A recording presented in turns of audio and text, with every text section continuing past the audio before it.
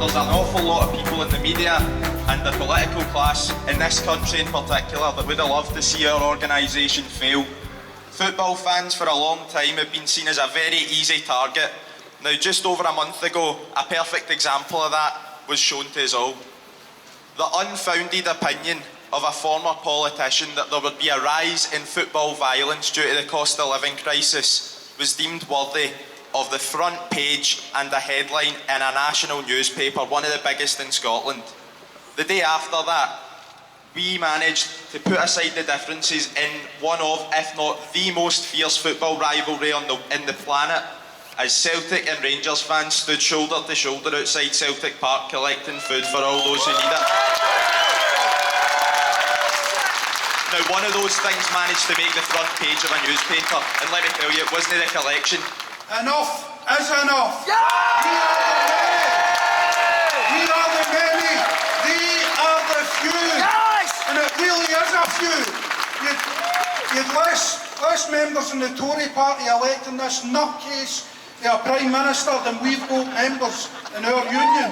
And we're one of the smaller unions in the country. Total riding over of democracy. So there's a class war afoot here. A class war has been declared on us by this Tory government. Good afternoon, comrades! I'm here to share with you all the fantastic news of our success in this shared class struggle when the Wynford Residents Association won for 10,000 Scottish households a price freeze from SSE.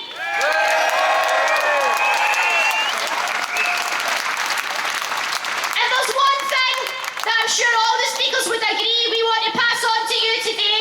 It's this clear message. The ruling class of this society do not expect an organised working class fight back.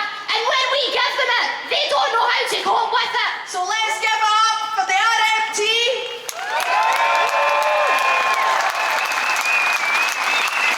Let's give it up for ASLEF, GSSA, Unite and all the rail unions.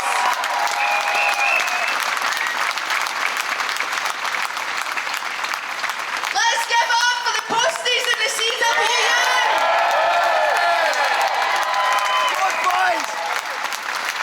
And let's give it up for the BT workers in the CWU.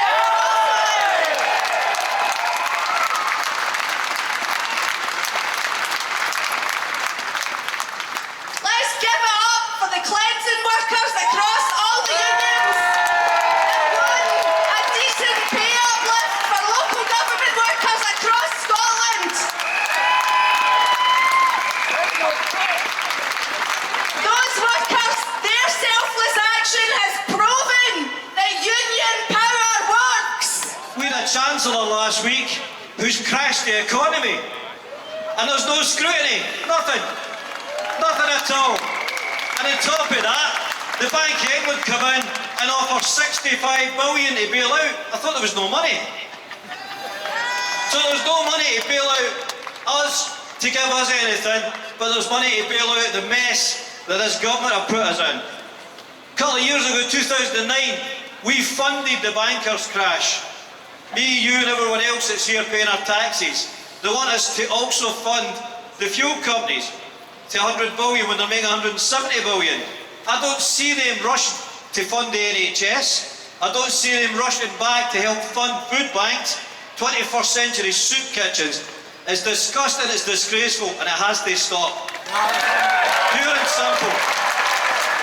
And we stand in a moment, and in this particular moment, I'm proud to say that 115,000 postal workers have been on the 5th day of industrial action in our disputes.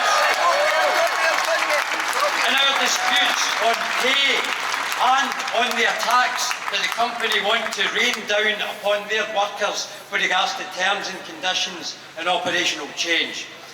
And let's go back 2 years. We've come through a COVID pandemic where postal workers were called heroes.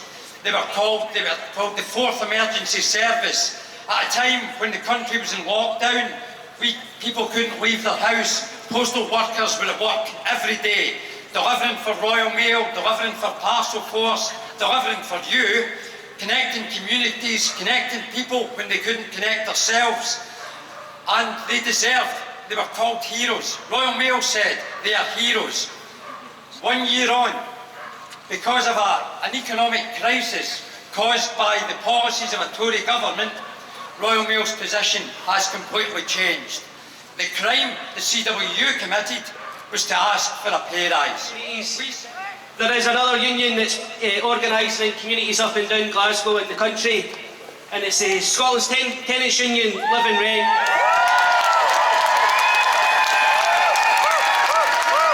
So join your workplace union, but also join your tenants union, join Live and Rent. Here's Beatrice, she's going to tell you what they're up to.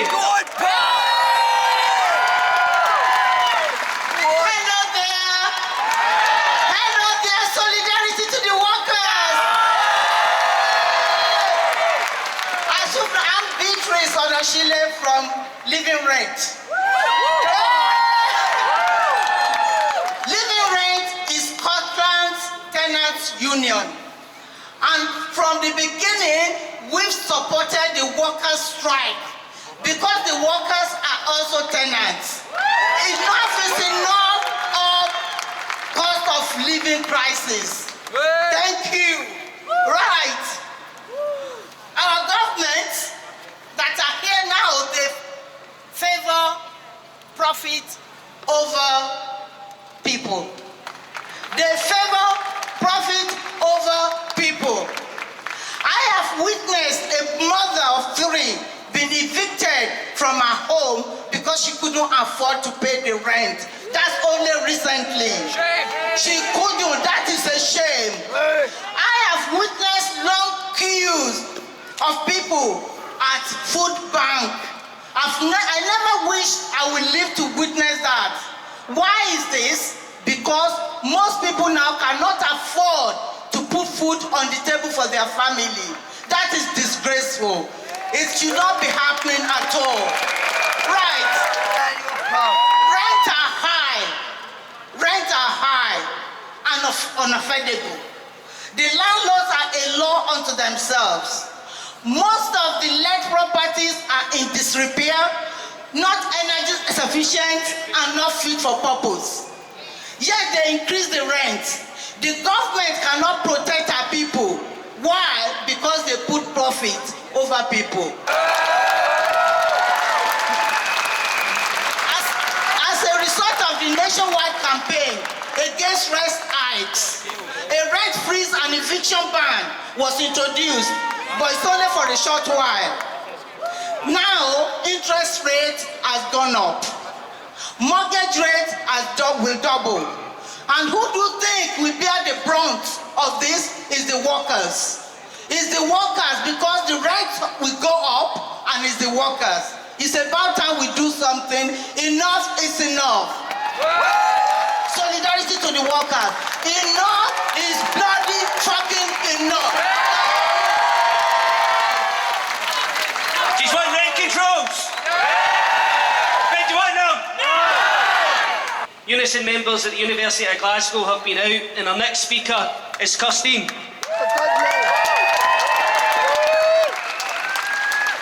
Hello Glasgow, you're looking good. I'm not only here for workers at the University of Glasgow who are members of my branch at the university, but I'm also here to tell you some stories about the other branches around Scotland that are also taking action. We're taking action because, frankly, yet again, the higher education sector is casting its workers and its staff, who it makes big noises about supporting and about their well-being and how great they are. But when it comes down to actually giving them the money and the wages they deserve, it suddenly goes quiet. Suddenly it's crickets. We have vice-chancellors and principals in this sector in Scotland who talk about wanting to be a force for good in society. They want to be a progressive force and benefit the communities that reside in. You know what is a good start? Paying your workers a fair wage. As the President of the EIS, Andrew. Hello everyone. So I'm here today representing 65,000 teachers and lecturers who are all angry about the devaluing of our wages and a cost of living crisis that we did not create. EIS members join our voices with yours today to say to COSLA, to Holyrood, to Westminster, enough is enough!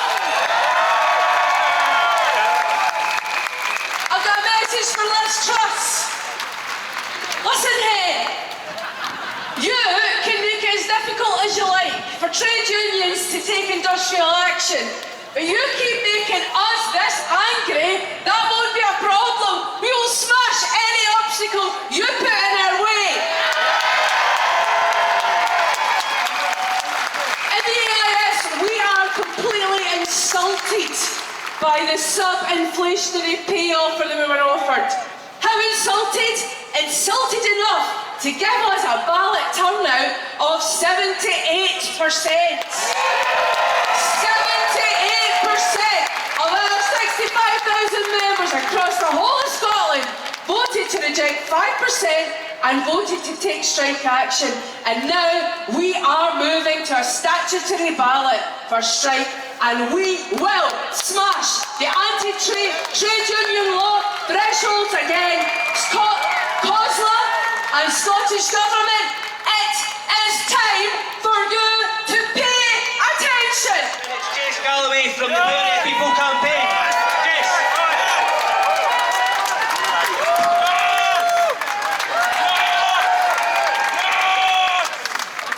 So, Power to the People started in June this year as just a small group of us from across the city united in our anger at how our communities were being affected by this energy price increase.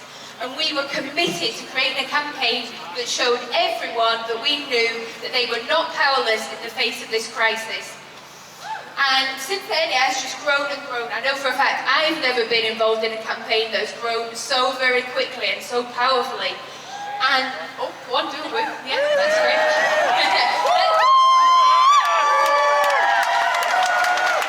And that is thanks to all of you here. Now, I think the reason we have grown so quickly and so strongly is because we are offering such a simple solution. And we are offering, we are demanding something that no decent person could possibly disagree with. But we can't pretend that it's been easy. We need to remember to claim our victories and celebrate what we've done. Councils were not even thinking about a strategy for how they were going to keep people warm this winter, let alone talking about warm banks, until we put it on the agenda. Does anyone here honestly believe that Liz Truss would have come up even with a pretend price freeze if it wasn't for people like us putting pressure on? No. Of course you wouldn't. And we've only just begun. We've been at this a couple of months and already they are seeing that they are weak in the face of an organised working class. Together, we are going to build centres of resistance